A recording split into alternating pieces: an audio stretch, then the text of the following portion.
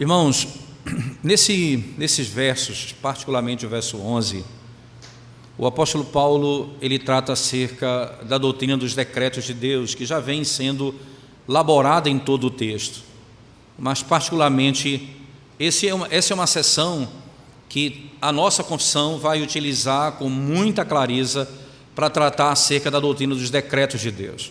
Esse é um texto, verso 11 e o verso 12 do capítulo 1 de Efésios, eles são utilizados como fundamento dessa gloriosa doutrina, os decretos de Deus. Então, quando você olha para esse texto, eu quero que você mantenha a sua Bíblia aberta comigo, não é? Então, o apóstolo Paulo vai nos dar aqui o exemplo da soberania de Deus, que é livre, o Deus que livremente governa todas as coisas, através de Jesus Cristo, literalmente governa todas as coisas através de Jesus Cristo. Então, alguns pontos nos chamam a atenção, olhando para esse texto. Aqui há e existe claramente um alto privilégio, não é, de que aqueles que estão em Cristo Jesus, eles têm o direito à herança celestial. Aqueles que estão em Cristo Jesus têm o direito à herança celestial, que foi rejeitada, irmãos, pelo pecado do homem. Quando o homem pecou em Adão, ele rejeitou aquilo que Deus havia proposto para ele. E só há uma maneira de nós termos a herança celestial, que é por meio do segundo homem, Adão. O primeiro Adão que foi criado no Éden, ali, aquele homem, ele que foi colocado no Éden, ele pecou contra o Senhor e, consequentemente, em Adão, todos nós perdemos o direito e do privilégio da herança celestial. Somente em Cristo Jesus nós temos aqui essa verdade retomada, só em Cristo Jesus. Voltando ao texto, o verso 11, ele diz: nele digo, no qual fomos também feitos herança, predestinados segundo o propósito daquele que faz todas as coisas conforme o conselho da sua própria vontade. Outro aspecto importante, veja, através dele, através de Cristo, é que nós vamos obter essa herança.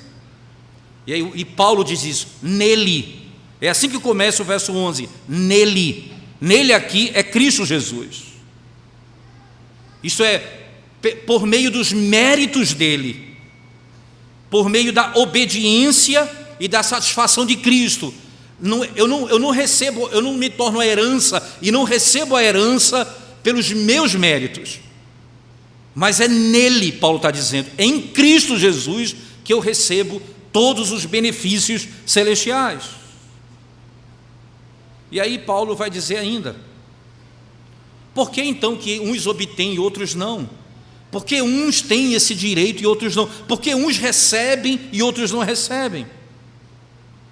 Não porque um era mais digno do que o outro, mas porque eles foram eleitos, predestinados para a salvação. E é tudo isso que o texto está dizendo.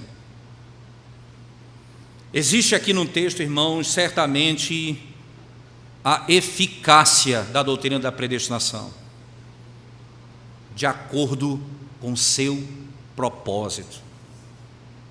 Existe um propósito que é firme, existe um decreto que é peremptório, que vai fazer com que tudo o que ele planejou aconteça. Tudo o que ele planejou aconteça. E isso certamente, em particular, é evidenciado pela verdade geral. Como? Que verdade? No texto que diz: ele opera todas as coisas de acordo com o conselho da sua própria vontade. Veja, ele opera todas as coisas, ele realiza todas as coisas segundo o conselho da sua própria vontade. E aqui nós podemos já perceber alguns pontos fundamentais, irmãos. Não é? Veja, existe uma operação efetiva de Deus, eficaz de Deus. O texto fala, ele opera. Se você olhar para o verso 11, mais uma vez, no qual fomos também feitos herança, predestinados segundo o propósito daquele que faz daquele que realiza, daquele que opera todas as coisas. Esse fazer aqui é fazer poderosamente e de modo eficaz. Esse fazer aqui, ele vence toda a resistência e toda a realidade que se opõe no caminho. Porque essa é a maneira de Deus trabalhar, irmãos. É por isso que os puritanos falavam muito no passado, diziam assim: a obra da criação, ela demandou menos poder do que a obra da redenção, por assim dizer. Por quê? Porque a obra da criação não havia resistência, oposição. Deus trouxe a existência que não existia, mas depois que o pecado entrou no mundo, Ele vai realizar a obra contra a minha vontade, contra Satanás, contra o mundo. Existem oposições de todos os lados, e Ele faz tudo segundo o conselho da sua vontade. Não é um mero fazer, é um poderoso fazer, é um sábio fazer. É o saber que se opõe a toda a resistência interna ou externa, tanto na criação quanto na providência. E qual é a maneira que Deus trabalha, irmãos? Existe um plano. De acordo com esse plano, toda a sua obra é realizada. E é engraçado que ele usa essa expressão, o conselho da sua vontade. Aquele que faz todas as coisas conforme o conselho da sua vontade. O que é exatamente vontade aqui, irmãos? Vontade é o seu decreto. A vontade é a sua intenção. É chamada aqui de conselho da sua vontade, que é para denotar a sabedoria dos seus decretos. A sua determinação mais livre, irmãos, foi feito em acordo. Veja que coisa, o decreto de Deus é um ato da sua própria vontade. E essa vontade, ela é livre, considerada em relação às criaturas. E os seus decretos e vontade, irmãos, nunca acontecem sem conselho. O conselho da sua vontade. É engraçado que existem muitas traduções para essa expressão, mas na realidade, não há outra maneira de falar. Seria mais ou menos assim, irmãos, como se Paulo estivesse dizendo simplesmente isso: segundo o conselho do seu conselho, ou segundo a vontade da sua vontade. É porque Deus não tem com quem se aconselhar. Ele perguntou isso a Jó: Jó, acaso tu foste meu conselheiro? Quando eu lancei os fundamentos da terra, eu pedi conselho para você? Quem é o meu conselheiro? Daí Paulo escreve: tudo o que Deus faz é segundo o conselho do seu conselho. Isso se refere a qualquer outra realidade. Veja, quando nós fazemos juramentos para que se estabeleça a verdade, Deus não tem por quem jurar. Sempre quando eu juro porque tem alguém superior a mim. Deus não tem por quem jurar. Paulo aos Hebreus, o autor da carta aos Hebreus diz: Deus, não tendo ninguém acima dele por quem jurar, jurou por si mesmo. Porque não há ninguém acima dele. Porque não há ninguém que o aconselhe. E aí ele diz: o conselho do seu próprio conselho. A vontade do Senhor são seus decretos, irmãos. E tudo o que Ele faz, é sábio, bom e justo. Agora, o que está debaixo desse domínio? O que está debaixo dos decretos de Deus? Segundo o texto, verso 11, todas as coisas. Volte comigo no texto. Segundo o propósito daquele que faz todas as coisas. Não são algumas coisas, mas todas as coisas. Isso não está restrito, irmãos, às bênçãos que os apóstolos, o que o apóstolo estava falando aqui, mas se diz respeito a todas as coisas. Tudo que se move, todas as ações, tudo que existe, está debaixo dos decretos de Deus. Deus preordenou tudo o que vai acontecer de acordo com o conselho da sua vontade. Para quê, irmãos? Verso 12. A fim de sermos para o louvor da sua glória. O propósito é o louvor da sua glória. O que é que nós vamos fazer aqui nesse momento? Eu vou dividir esse sermão em duas partes, certo? O tema é único, eu vou voltar de novo a esse texto, no versos 11 e 12, porque o tema dos decretos de Deus é um tema denso, e eu não queria, num único sermão, extrapolar 1 hora e a gente perder aqui detalhe por detalhe da beleza desse texto. Então, eu vou dividi-lo em duas partes. Nós vamos tratar do mesmo tema em 2 domingos consecutivos, esse domingo e o domingo subsequente. Então, hoje, nós vamos trabalhar o que significa, qual é a natureza dos decretos de Deus, e nós vamos considerar os objetos dos decretos de Deus. Esse vai ser o nosso foco hoje. No próximo, nós vamos trabalhar no mesmo tema, né? Vamos falar o fim dos decretos, ou o propósito de todos os decretos, podemos dizer assim, né? E por último, nós vamos tratar das propriedades dos decretos. Como eles funcionam, ok? Primeiro, mais rápido, qual a natureza dos decretos de Deus, irmãos? Então, perceba que no texto aqui, Paulo chama o propósito ou a vontade, pois o decreto é literalmente um propósito, uma vontade, um apontamento, uma realização daquilo que vai ou daquilo que não vai acontecer. Então, tais decretos, eles precisam ser fundamentados, eles precisam ser estabelecidos. Como? Deus, ele é absolutamente perfeito. Por isso, nada pode acontecer sem que seja segundo a sua vontade. Significa dizer que tudo existe literalmente, existe uma dependência necessária e absoluta de todas as coisas e de todas as pessoas na pessoa de Deus. Tudo depende de Deus. Veja, irmãos, o homem depende de Deus, as coisas dependem de Deus. Então, a causa primeira de tudo o que acontece é Deus. Lembre-se, Deus é perfeito, absolutamente perfeito. E por isso nada pode acontecer sem a sua vontade. Nada pode acontecer sem a sua vontade.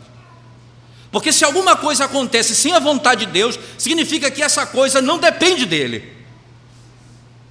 Isso não está debaixo do governo dele.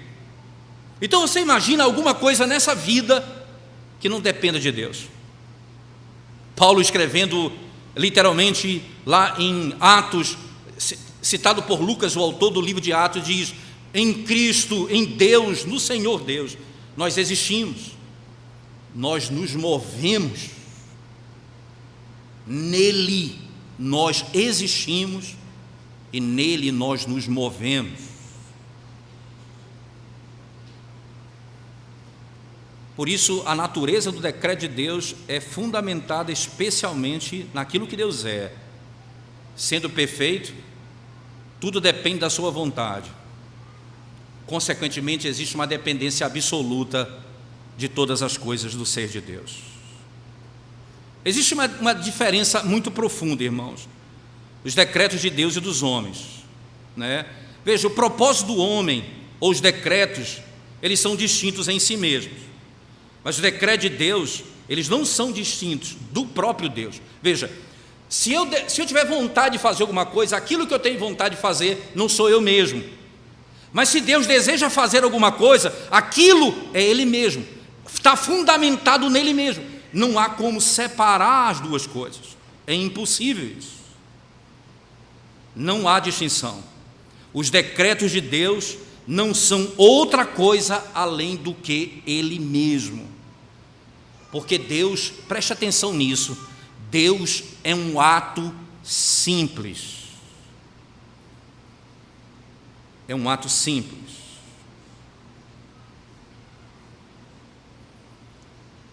Os atos de Deus, eles têm vários efeitos, mas eles simples. O raio do sol, ele sai do sol. Quando ele encontra argila, ele endurece. Quando ele encontra o gelo, ele derrete. O decreto é o mesmo, a voz é a mesma, mas ela tem efeitos diferentes. Então, não confunda os efeitos dos decretos.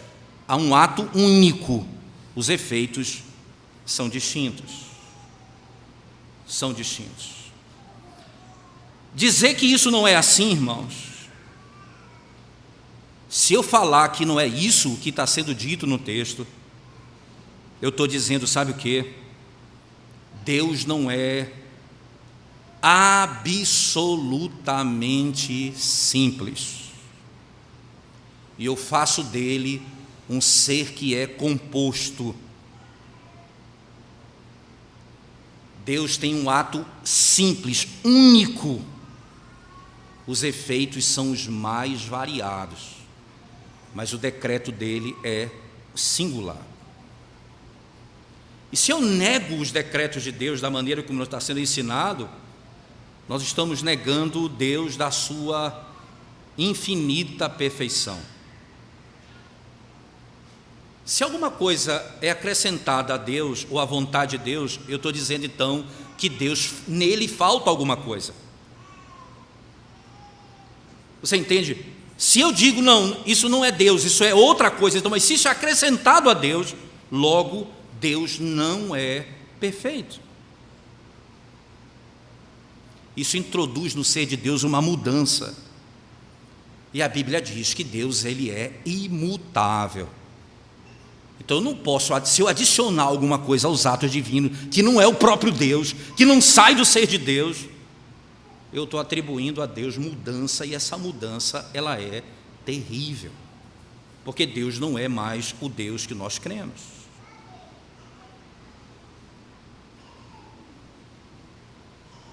Lembre-se, irmãos, Deus é eterno, e os decretos de Deus são eternos, são perfeitos e são imutáveis, porque Deus é eterno, Deus é perfeito e Deus é imutável. O que Ele é, os seus decretos são. Esse é o primeiro ponto importante. Eu diria, é denso isso, mas mais simples nesse sentido, para que a igreja, possam compreender. É isso que o Senhor está nos instruindo aqui. Mas vem o segundo aspecto. Vamos considerar quais são os objetos dos decretos de Deus. O texto diz assim: tudo o que acontece, Ele opera todas as coisas, diz o texto. Tudo foi decretado, tudo o que acontece foi decretado por Deus. E nada, irmãos, acontece que não tenha sido determinado pelo Senhor.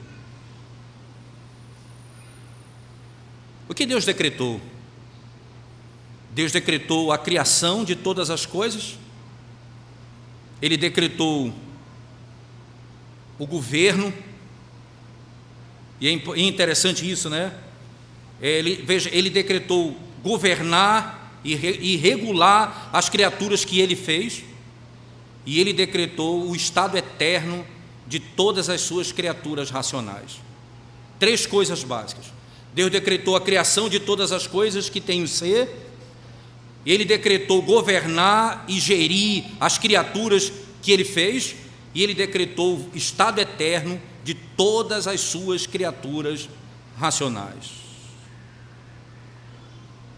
Veja só que coisa interessante. Deus decretou criar tudo aquilo que foi feito nesse mundo: os céus, a terra, o mar, tudo que existe, terra seca, a variedade de todas as criaturas, tudo que habita nos céus e na terra, miríades, anjos dos céus, querubins, serafins, tronos, domínios, principados, potestades, anjos, arcanjos, eles são muitos. O que está no firmamento, o sol, a lua, as inumeráveis estrelas. Existe uma variedade de criaturas sobre a terra, animais, plantas, árvores, minerais, com as suas várias formas, cores, cheiros, virtudes e qualidades. O mar é habitado por muitas criaturas e Deus decretou criar todas essas coisas. Deus, então, Ele decretou a criação de tudo isso, mas decretou também o governo de toda a sua criação. Veja, irmãos, Ele preserva e sustenta as coisas que Ele fez. Ele guia e governa todas elas, todos os seus movimentos e ações.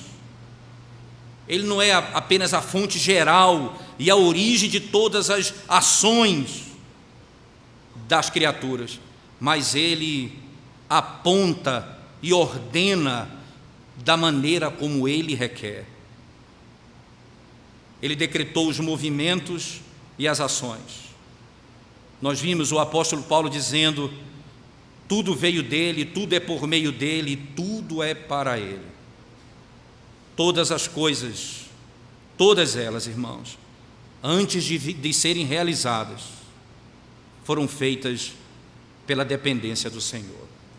Não apenas as boas coisas, mas as coisas mais também, dentro dos decretos de Deus. Interessante isso.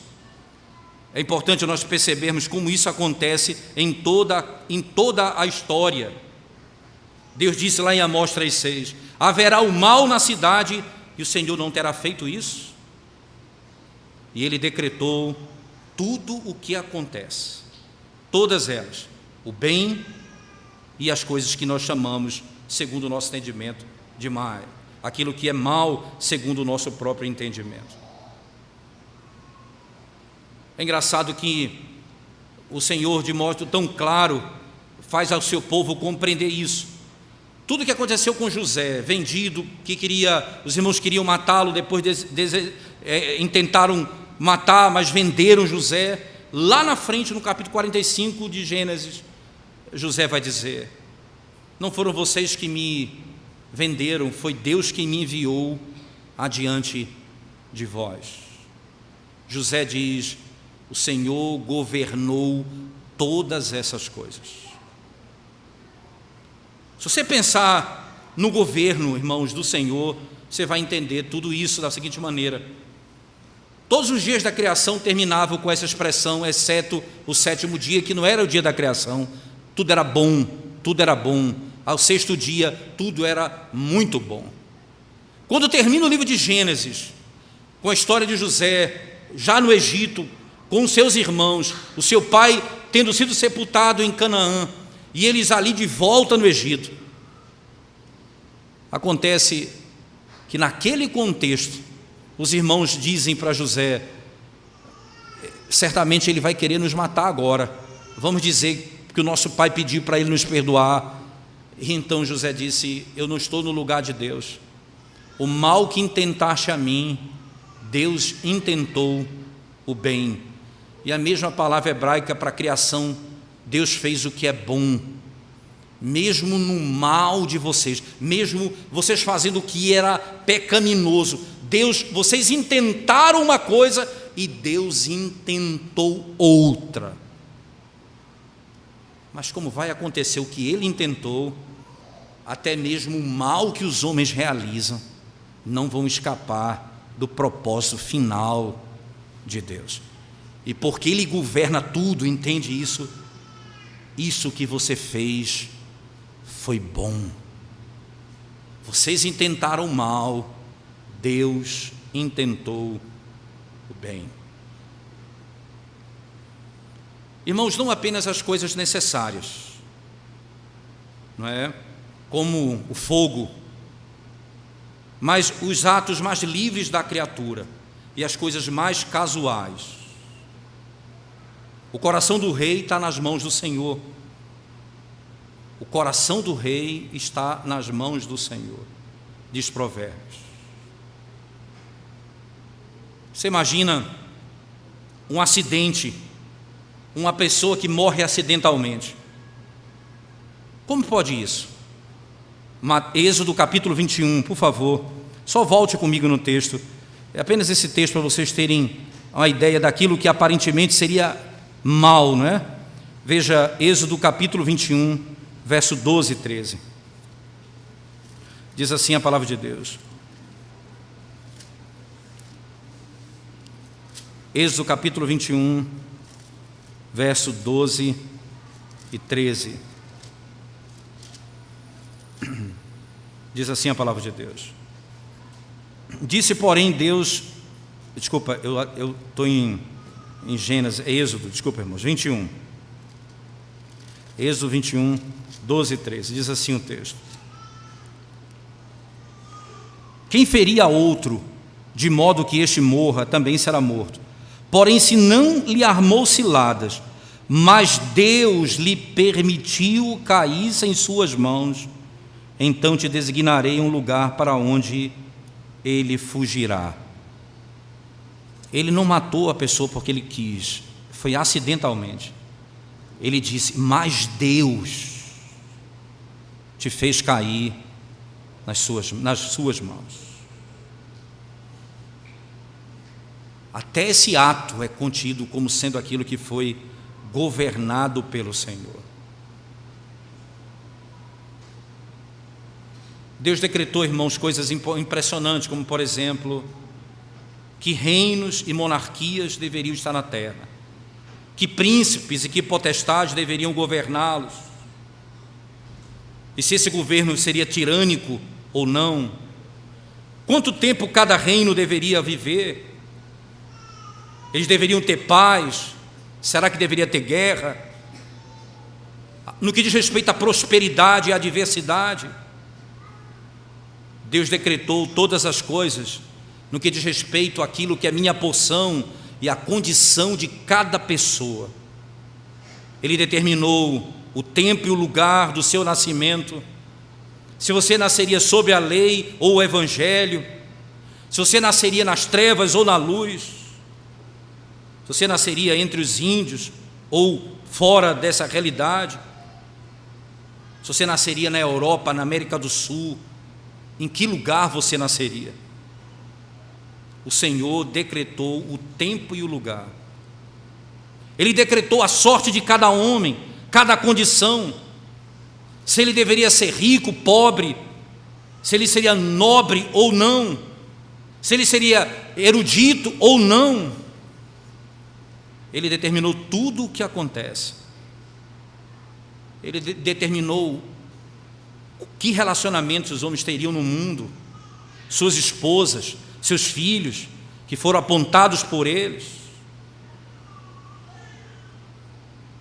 É por isso que, quando o servo de Abraão foi buscar a esposa para os filhos de Abraão, não é? Em Gênesis capítulo 24, verso 44, essa linguagem que ele utiliza para convencer a moça e os seus familiares, ele diz assim, no verso 44, são as palavras do servo, e ela me respondeu, bebe e também tirarei água para os teus camelos, seja essa a mulher que o Senhor designou para o filho de meu Senhor, que seja essa a mulher que o Senhor designou, a mulher que fizer isso, foi essa que ele designou.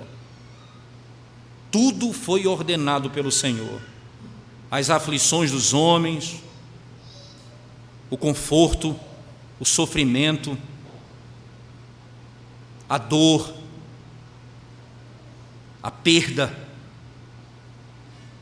o tempo de vida de cada um nessa terra, tudo isso o Senhor ordenou. Deus determinou tudo o que foi criado, Deus decretou todas as coisas como elas aconteceriam, e Ele determinou o estado eterno de todas as suas criaturas racionais, todas elas. Nós podemos ver, por exemplo, em 1 Timóteo 5,21, que haviam anjos eleitos. Os anjos que caíram e foram expulsos do céu não eram os eleitos. Paulo faz menção em 1 Timóteo 5,21 que os anjos eram eleitos de Deus. Eles foram salvos. Que coisa impressionante. Isso foi pelo decreto de Deus que isso veio a acontecer. Foi por um decreto de Deus que os anjos caíram e foram lançados a um estado de miséria eterna. O apóstolo Pedro vai dizer na segunda carta dele, capítulo 2, verso 4, que Deus não poupou anjos que pecaram, mas Ele os lançou no inferno e os entregou às cadeias das trevas, reservados para o julgamento no último dia.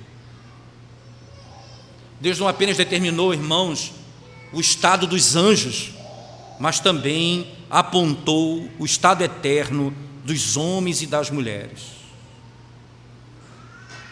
Paulo diz em Romanos 9: não tem o oleiro direito sobre o barro, não tem o oleiro direito sobre o vaso, de fazer um vaso para honra e outro para desonra.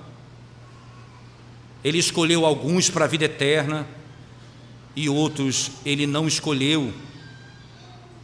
Ele fez isso segundo a sua própria vontade. Que coisa interessante.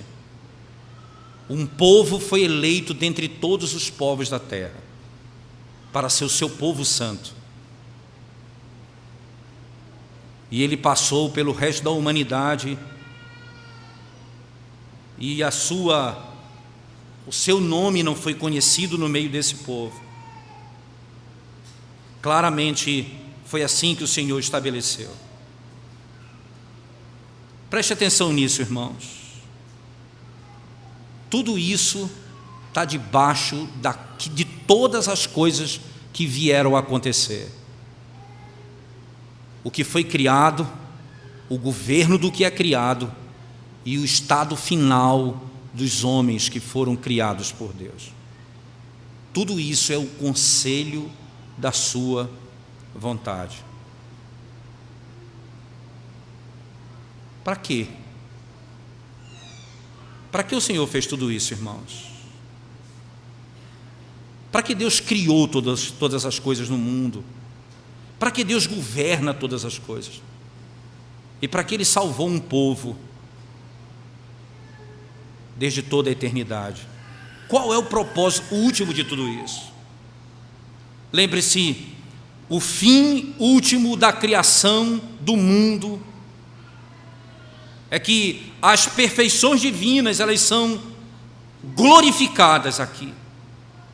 Não apenas no que diz respeito à grandeza do que foi feito, no que diz respeito aos céus e à terra e todas as coisas que existem nele, mas da maravilhosa maneira como Ele fez.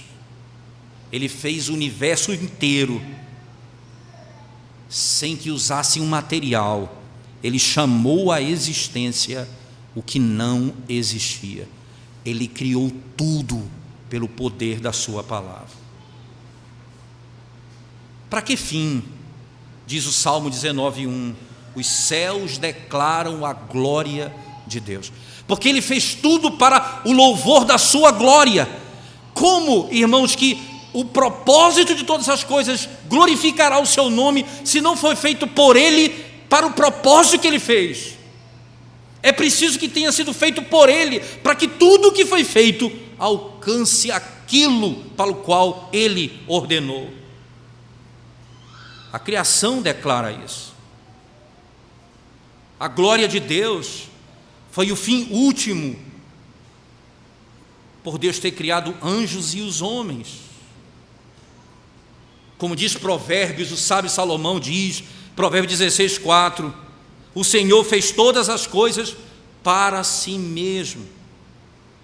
Se todas as coisas foram feitas para Ele, os homens e os anjos especialmente, Todos eles foram feitos para um propósito, porque, irmãos, Deus é a pura fonte do poder infinito, a pura fonte de toda a bondade, e por isso nós devemos com certeza entender que se Ele é aquele que fez tudo isso para si mesmo, é para o louvor da sua própria glória. Esse é o fim da eleição, esse é o fim da predestinação. Ele nos predestinou para a adoção de filhos, para o louvor da sua graça. É só voltar comigo, por favor, no versículo 10 de Efésios. Vamos lá, por favor, Efésios 1, voltando ao nosso texto do capítulo 1, diz assim, no verso 10: de fazer convergir nele, na dispensação da plenitude dos tempos, todas as coisas, tanto as do céu como as da terra. E agora, 11 e 12: nele digo, no qual fomos também feitos herança, predestinados segundo o propósito daquele que faz todas as coisas conforme o conselho da sua vontade, a fim de sermos para o louvor da sua glória. A fim de que, o propósito é, agora veja o verso 14 do mesmo capítulo 1, o qual é o penhor da nossa herança até o resgate da sua propriedade, em louvor da sua glória. A glória e a beleza dos atributos divinos são demonstrados aqui, irmãos, como algo que brilha. A soberania do Deus que governa tudo o que existe e que faz tudo segundo o seu poder, a sua perfeição, a sua imutabilidade. Ele faz isso para que a glória dele possa ser vista. A glória e a beleza dos atributos divinos são demonstrados aqui, como, por exemplo, sua autoridade soberana, o seu domínio sobre todas as criaturas, para fazer delas o fim que Ele deseja segundo a sua vontade. O seu conhecimento, a sua onisciência, em fazer com que tudo aconteça da forma como Ele determinou. O passado, o presente e o que virá. A sua justiça em ordenar punição aos homens, a justa retribuição pelo pecado, a execução daqueles que não se submetem a Ele. A glória da sua bondade brilha da mesma forma em escolher alguns para a sua salvação, e a sua misericórdia é mostrada. Deixa eu só lhe mostrar como funciona mais ou menos na prática, irmãos. Deus criou o homem e a mulher e colocou no jardim do Éden para que eles pudessem glorificar o Senhor. O pecado entra no mundo. Como Deus vai ser glorificado aqui? Que atributo vai brilhar aqui para que as pessoas glorifiquem o nome dEle? Simples. Agora é simples. Ele fez assim. Ele puniu o pecado. Ele revelou aquele que iria destruir Satanás na cruz. Ele apontou a misericórdia, não dando a eles o que eles mereciam.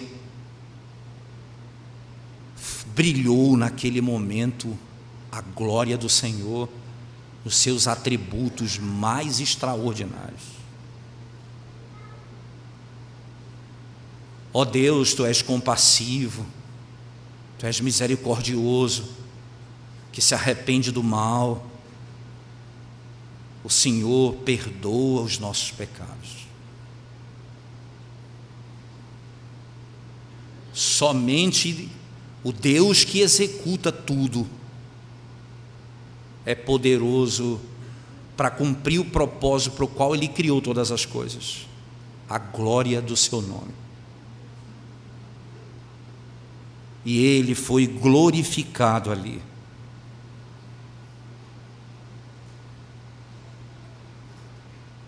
O Senhor foi glorificado quando Ele afogou o mundo com águas do dilúvio.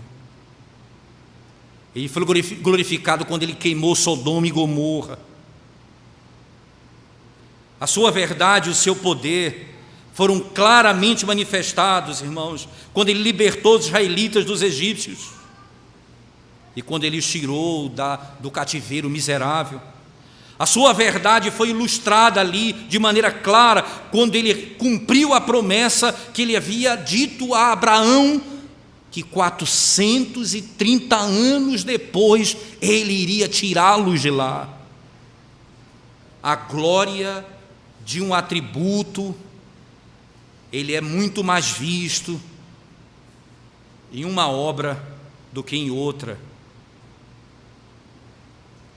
Nós não conheceríamos a misericórdia, a bondade, a graça de Deus, se o pecado não tivesse adentrado no mundo e o Senhor se fez conhecido dos homens.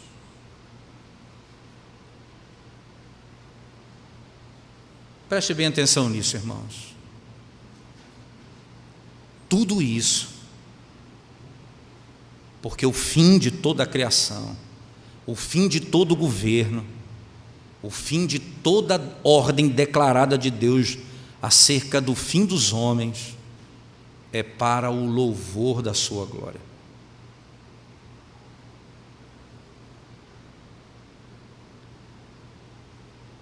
É para o louvor da sua glória. Tudo isso foi decretado pelo Senhor exatamente para esse fim. Mas deixa eu fazer uma aplicação que eu chamo de importante nesse momento, irmãos. Deus decretou tudo o que vai acontecer, então nada pode acontecer por sorte, não é por azar, não existe nada disso no nosso meio, não há mero acidente. A sorte, ela é determinada pelo Senhor.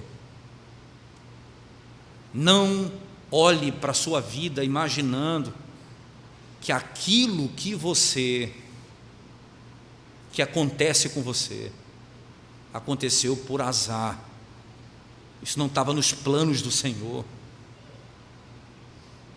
É você atribuir de alguma maneira que isso não está de acordo com os decretos de Deus. Logo, não cumpre o propósito para o qual foi feito, que é a glória de Deus. Segunda inferência, nós podemos ver aqui, irmãos, o conhecimento de Deus acerca de todas as coisas que acontecem no mundo. O conhecimento de Deus é estabelecido nos decretos. Ele vê todas as coisas possíveis diante do seu próprio poder. Ele vê todas as coisas que vão acontecer diante dos seus olhos, porque Ele decretou todas elas. Ele ordenou todas elas. Por isso, tudo aquilo que acontece, acontece porque nele foi apontado, foi determinado. Eu determinei, eu realizarei. Eu falei, eu executarei. Ele sabe exatamente o que vai acontecer. Ele sabe o que é necessário acontecer. E por isso nós podemos descansar, imaginar que o que acontece comigo não é como se Deus não soubesse. Isso está arraigado no conhecimento dEle. Os decretos de Deus estão arraigados. O conhecimento de Deus está arraigado nos seus decretos. Você não pode imaginar que Deus não saiba o que aconteceu com você porque Deus estava descuidado. O Senhor fez todas essas coisas para o louvor da sua glória. E o último princípio, irmãos, qualquer coisa que possa ser um instrumento de qualquer bem para nós, ou qualquer sorte, nós devemos olhar para além dessas coisas. Nós devemos olhar para a mão do Deus que nos concede todas as coisas pelos meios ordinários dessa vida. Ele é a primeira fonte. E nós devemos sempre agradecer. Por isso, o cuidado, quando alguém nos faz o mal, você não se revolta tanto com a pessoa, que na realidade você se revolta contra o teu Criador, que permitiu que aquilo fosse feito contra você. Você tem que se opor ao mal, mas cuidado para que o seu coração não seja tão revoltado que não reconheça que todas as coisas que acontecem tenham sido ordenadas pelo Senhor. Todas as coisas. Nós devemos olhar além dos instrumentos para Deus. Sofrimento, irmãos, não surge do nada, não vem por sorte ou azar, é do Senhor. E nós devemos nos humilhar diante da sua mão. Assim fez Davi no dia dos dias mais angustiantes da sua vida. Ele diz exatamente isso: deixe sozinho. O Senhor fez isso comigo. Davi disse: o Senhor fez isso comigo. Por isso devemos ser pacientes diante dessas circunstâncias. Se eu recebi o mal, por que não receberei o bem? Se eu recebi o bem, por que não receberei o mal das mãos do meu Senhor?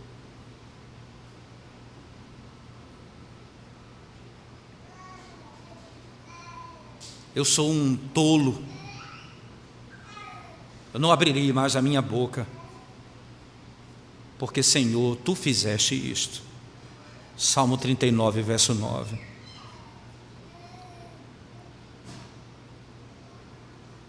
Senhor, Tu fizeste isso. E eu posso dizer, e você pode ter certeza disso, irmãos. É por isso que nesse momento nós não entendemos tanta coisa. Mas os dias se passam e você olha para trás e o salmista, como salmista, você dirá: foi-me bom ter passado por isso. Foi-me bom ter sido atribulado, porque aprendi a amar os Teus decretos. Foi-me bom, Senhor, passar por isso. Então nós daremos glória ao Senhor. Preste bem atenção, irmãos. Tudo o que acontece foi designado por Ele para a glória do Seu nome. Mas deixa eu, antes de encerrar essa primeira etapa, voltarei a esse assunto para falar principalmente das propriedades desses atributos que precisam ser compreendidas melhor. Por isso eu vou gastar mais tempo nesse tópico no próximo encontro. Mas deixa eu falar com você hoje que talvez tenha usado isso para o seu próprio mal. Um conhecimento tão glorioso você tenha usado para o seu próprio mal. E dizendo assim no seu íntimo: ora, se Deus escolheu o seu povo desde a fundação do mundo, então eu não posso fazer nada, vou viver aqui tranquilo, vou viver como eu quero. Se eu for eleito, eu vou ser salvo um dia.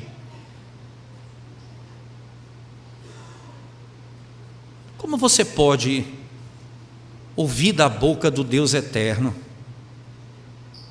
que você só pode ser salvo pela graça e pelo poder dele, e você chega a essa conclusão e fica feliz com ela?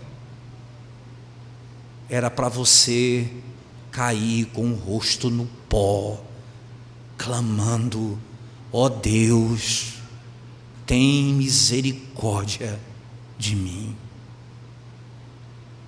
Porque de fato eu não tenho poder para mudar a minha sorte, eu não tenho poder de fazer viver a minha alma, eu não tenho poder de sair de onde eu me encontro.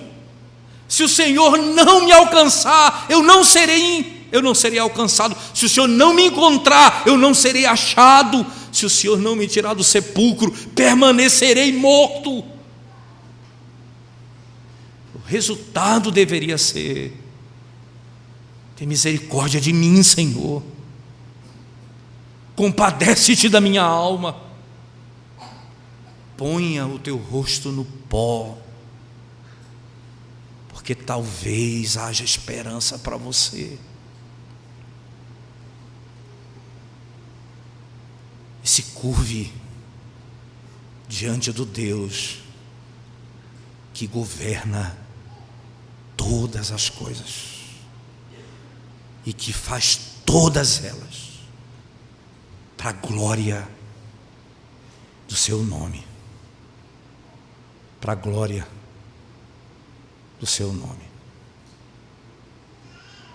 Vamos curvar nossa cabeça e orar ao Senhor. Graças nós te damos, ó Deus, podermos ouvir sobre o teu poder e tua majestade, tua glória, e nós nos humilhamos diante de ti, Senhor. Não, Senhor, não pode haver arrogância, não pode haver presunção, porque nada em nós foi motivo da nossa própria salvação, senão a tua misericórdia eterna. A tua misericórdia, ó Deus, que se acha em ti mesmo.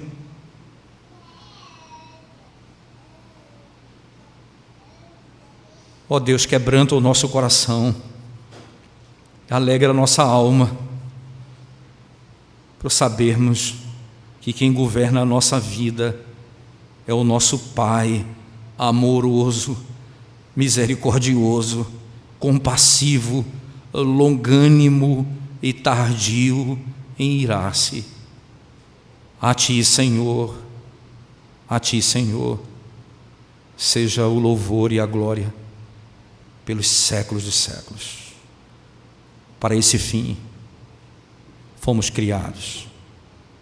Tudo vem de ti, tudo é por meio de ti, tudo é para ti, porque a ti somente é a glória, Senhor, pelos séculos dos séculos. Em nome de Jesus. Amém.